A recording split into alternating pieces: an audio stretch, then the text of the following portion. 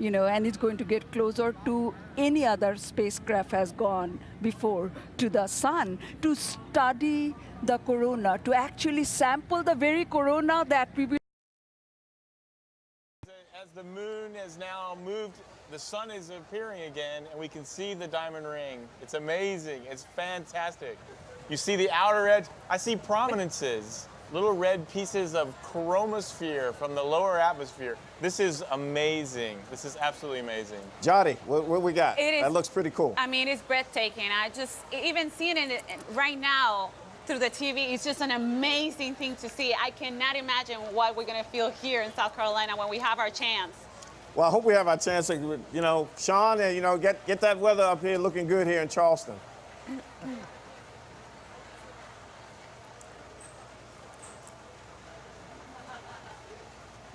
Now, what do we...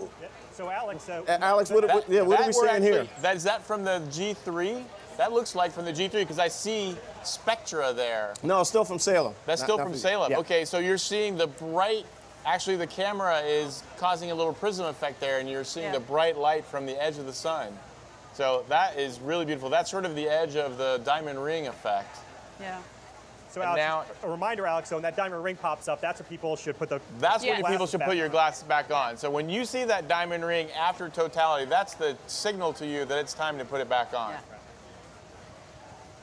So look now, we see the corona in Madras. That's gorgeous. That's amazing. I mean, being able to look at that with your own eyes is an amazing experience. And that only can be seen when you have this kind of totality.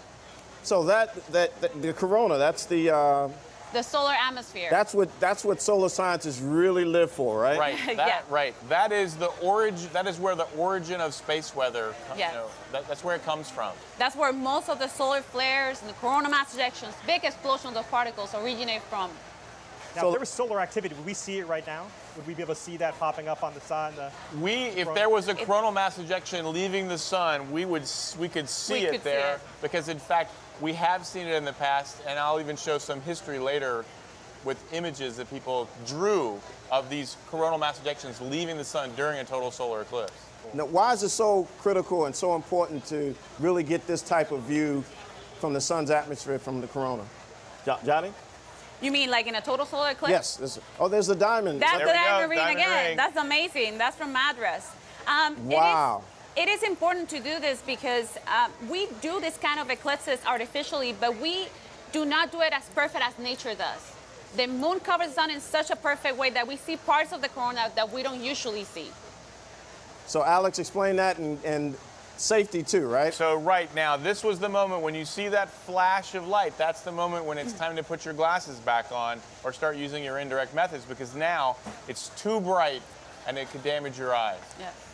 Safety first, people. Always. Wow. So the folks in Salem, Oregon, I mean, they're like juiced. I mean, they got it. They got the goods. They've got a perfect view, and they are seeing one of nature's most amazing spectacles. I can only imagine the reaction on the ground from the folks there. Oh, they are probably gasping. Completely overwhelmed right now. Completely overwhelmed.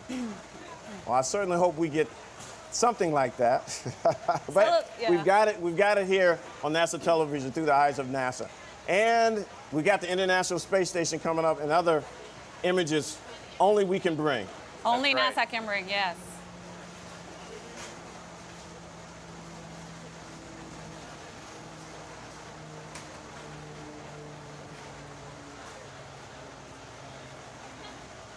Now, is it completely dark or is it coming out? No, what's happening now is the filters are back on, the safe solar filters for the telescope, and now you see the crescent, which is the sun, basically now being revealed after the eclipse. So we're now back to the partial phase in the other direction. Exactly. Now, how fast is this going? Well, this shadow is passing across the country, depending on where you are, anywhere from 1,200 to 1,800 miles an hour. So this is moving incredibly fast because the moon itself, in its orbit, is moving at almost 3,400 miles an hour. And that, in combination with